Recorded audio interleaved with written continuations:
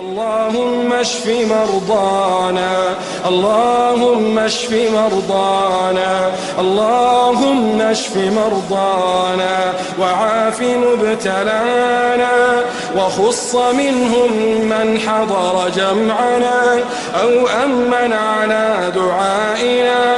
اللهم إنا نسألك العافية من كل بلية، ونسألك دوام العافية، ونسألك دوام العافية، ونسألك الشكر على العافية.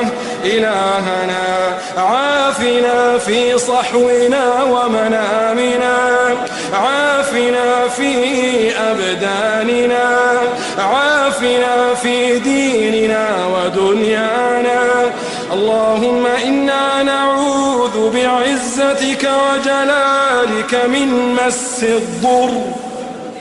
اللهم إنا نعوذ بعزتك وجلالك من مس الضر، وامنن علينا بدوام العافية والستر. اللهم لا تشمت أعداءنا بدائنا، واجعل القرآن العظيم شفاءنا ودواءنا، واصرف عنا شر ما يؤلمنا ويؤذينا، واصرف عنا شر ما يؤلمنا ويؤذينا، ولا تحوجنا لطبيب يداوينا. اللهم إنا نعوذ بك من أعين العائنين، ومن حسد الحاسدين، ومن سحر الساحرين، ومن مكر الماكرين، ومن شر المتربصين. اللهم اجعل بيننا وبينهم سدا منيعا وحصنا حصينا.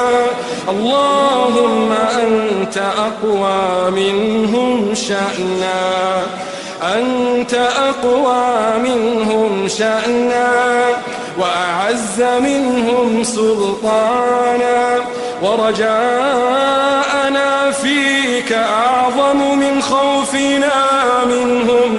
اللهم فاكفنا شرهم وادفع عنا ضرهم بحولك وقوتك يا علي يا عظيم. إلهنا هرب